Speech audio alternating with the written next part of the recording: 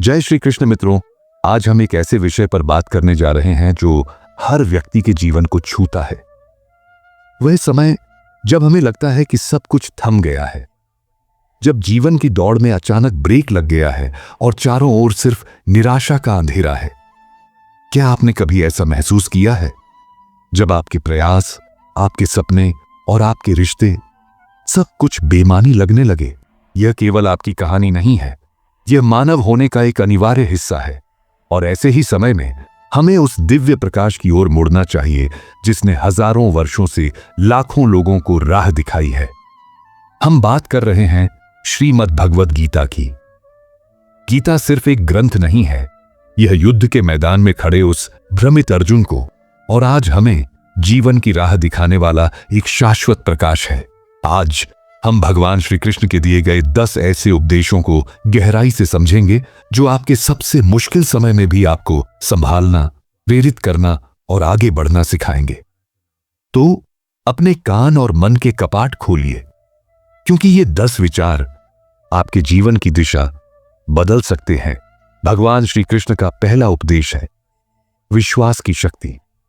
श्री कृष्ण कहते हैं, अगर परमात्मा तुम्हें कष्ट के पास ले आया है तो अवश्य ही वो तुम्हें कष्ट के पार भी ले जाएगा। यह उपदेश अटूट विश्वास का सार है।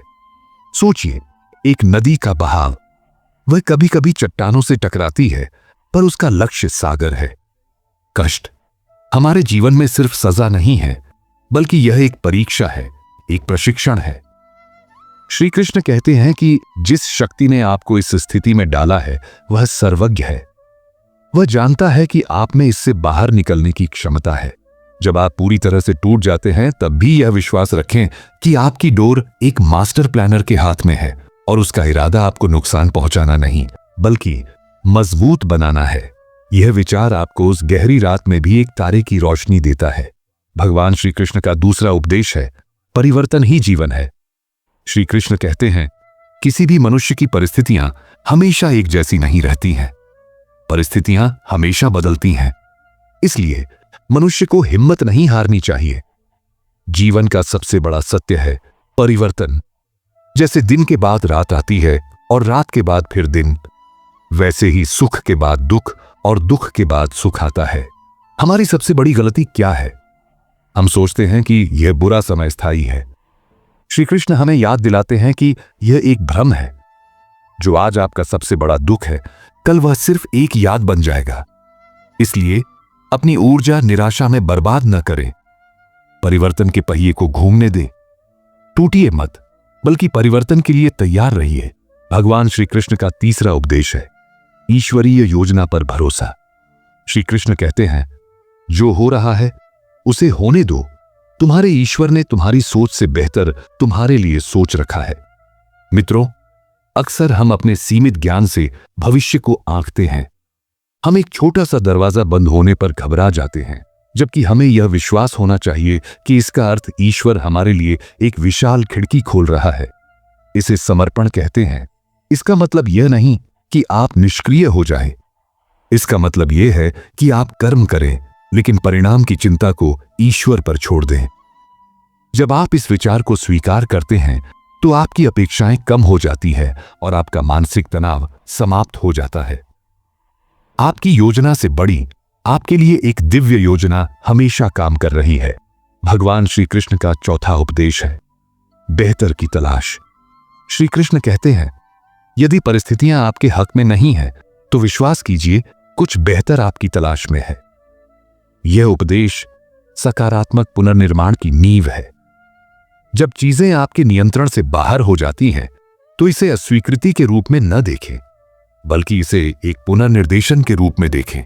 कभी कभी हमें एक रास्ता बंद करना पड़ता है ताकि हम उस रास्ते पर चल सकें जो वास्तव में हमारे लिए बना है। असफलताएं और निराशाएं सिर्फ यह बताने आती हैं कि आप गलत जगह पर ऊर्जा लगा रहे हैं। यह आपको आत्म मूल्यांकन का मौका देती है। आपके इस कष्ट के पीछे छिपा हुआ बेहतर अवसर आपकी प्रतीक्षा कर रहा है। भगवान श्री कृष्ण का पांचवा उपदेश है वर्तमान में जीवन। श्री कृष्ण कहते हैं, जो भी हुआ अच्छा हुआ, जो हो रहा है अच्छा हो रहा है, जो भी होगा अच्छा होगा। भविष्य के बारे में चिंता मत करो, वर्तमान में जियो। मित्रों, गीता का यह सबसे शक्तिशाली और सरलतम संदेश है। दुख या तो अतीत के पछतावे से आता है या भविष्य की चिंता से। श्री कृष्ण हमें समय के इस जाल से मुक्त करते हैं। जो हुआ अच्छा हुआ, क्योंकि उसने आपको कुछ सिखाया।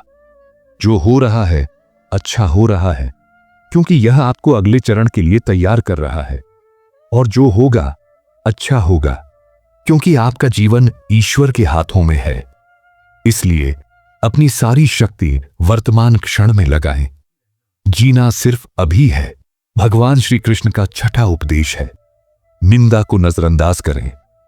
श्री कृष्ण कहते हैं, निंदा से घबराकर अपने लक्ष्य को न छोड़े, क्योंकि लक्ष्य मिलते ही निंदा करने वालों की राय बदल जाती है।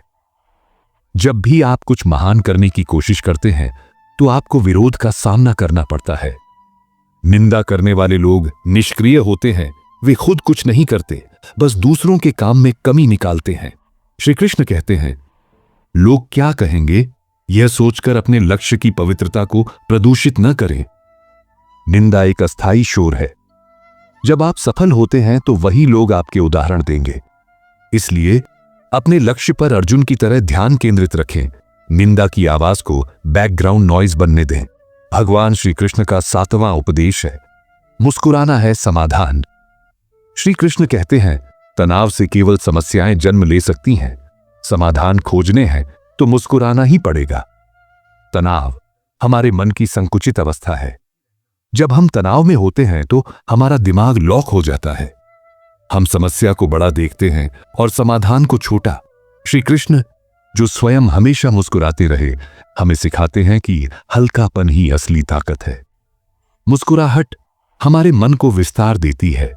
यह हमें एक कदम पीछे हटकर समस्या को एक नए दृष्टिकोण से देखने की अनुमति देती है। समाधान बाहर नहीं, बल्कि आपके शांत मन में छिपा है, और शांति का प्रवेश द्वार मुस्कुराहट है। भगवान श्री कृष्ण का 8वां उपदेश है, स्वयं ही योद्धा बने।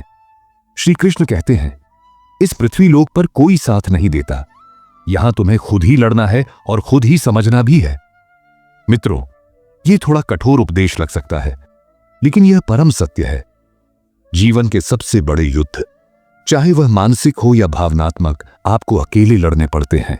लोग आपके साथ खड़े हो सकते हैं, सहानुभूति दे सकते हैं, लेकिन कर्म और परिणाम आपके अपने होते हैं। श्री कृष्ण हमें आत्मनिर्भर बनाते हैं। यह हमें अपनी आंतरिक शक्ति पर भरोसा करना सिखाता है। अपने दुख के लिए किसी और पर निर्भर ना रहें। आप अपने जहाज के कप्तान हैं। अपनी लड़ाई खुद लड़ो, क्योंकि आपकी समझ और आपकी शक्ति ही आपकी सबसे बड़ी साथी है। भगवान श्री कृष्ण का 9वां उपदेश है, विचारों की शक्ति। श्री कृष्ण कहते हैं, व्यक्ति जो चाहे बन सकता है यदि वह विश्वास के साथ इच्छित वस्तु पर लगातार चिंतन करे। यह लॉ ऑफ अट्रैक्शन का आध्यात्मिक संस्करण है। हमारा मन एक शक्तिशाली भट्टी है। आप जो सोचते हैं, जो बोलते हैं, वह आपके भविष्य को निर्माण करता है। यदि आप लगातार यह सोचते हैं कि मैं कमजोर हूं, तो आपका शरीर और मन उसी के अनुरूप व्यवहार करेगा। लेकिन यदि आप पूरे विश्वास के साथ अपने लक्ष्य का सकारात्मक चिंतन करते हैं, तो पूरा ब्रह्मांड आपको उस लक्ष्य तक पहुंचाने में लग जाता है। आप वह हैं जो आप लगातार सोचते हैं। इसलिए अपने विचारों की निगरानी करें। भगवान श्री कृष्ण का 10वां उपदेश है, आत्मज्ञान ही सफलता है। श्री कृष्ण कहते हैं, व्यक्ति को खुद से बेहतर कोई नहीं जान सकता है। जो व्यक्ति अपने गुणों और कमियों को जान लेता है, वह अपने व्यक्तित्व का निर्माण करके हर काम में सफलता प्राप्त कर सकता है। मित्रों, आखिर में श्री कृष्ण हमें आत्मज्ञान की ओर ले जाते हैं। किसी और की नकल मत करो। अपनी ताकत, गुणों को पहचानो और उन्हें चमकाओ। अपनी कमियों को स्वीकार करो, क्योंकि उन्हें स्वीकार करना ही उन्हें दूर करने का पहला कदम है। आप अद्वितीय हैं। जब आप असली आप बन जाते हैं तो आप आत्मविश्वास से भर जाते हैं। यह आत्मविश्वास ही आपको हर काम में सफलता दिलाता है, क्योंकि आप उस क्षेत्र में काम करते हैं जो आपके स्वभाव के अनुकूल है। बाहर नहीं, अपने भीतर देखो। तो मित्रों, यह थे श्रीमद् भगवद गीता के 10 अनमोल उपदेश। याद रखें, जब जीवन में सब कुछ थम जाए, जब अंधेरा घना हो जाए, तब ये 10 विचार प्रकाश की किरण बन सकते हैं। विश्वास रखो कि ईश्वर तुम्हें पार ले जाएगा। परिवर्तन को स्वीकार करो, वर्तमान में जियो, निंदा को अनदेखा करो और सबसे महत्वपूर्ण, खुद को जानो। गीता हमें भागना नहीं सिखाती, यह हमें युद्ध से भागना नहीं सिखाती, बल्कि मुस्कुराते हुए शांति और आत्मविश्वास के साथ अपने जीवन के कुरुक्षेत्र में खड़े रहना सिखाती है। जब भी आपको लगे कि आप टूट रहे हैं, तो इन शब्दों को दोहराएं। ये सिर्फ शब्द नहीं है, ये भगवान श्री कृष्ण का सार है, जो हमें डर से मुक्ति और अखंड शांति प्रदान करते हैं। चलते चलते एक आखिरी बात, आज से अपने दुख को अपनी कमजोरी नहीं, अपनी शक्ति बनाओ। अगर आपको यह प्रेरणा मिली हो तो इस वीडियो को लाइक करें और कमेंट में जय श्री कृष्णा जरूर लिखें। आप सभी का धन्यवाद। मिलते हैं अगले वीडियो में। हरे कृष्ण।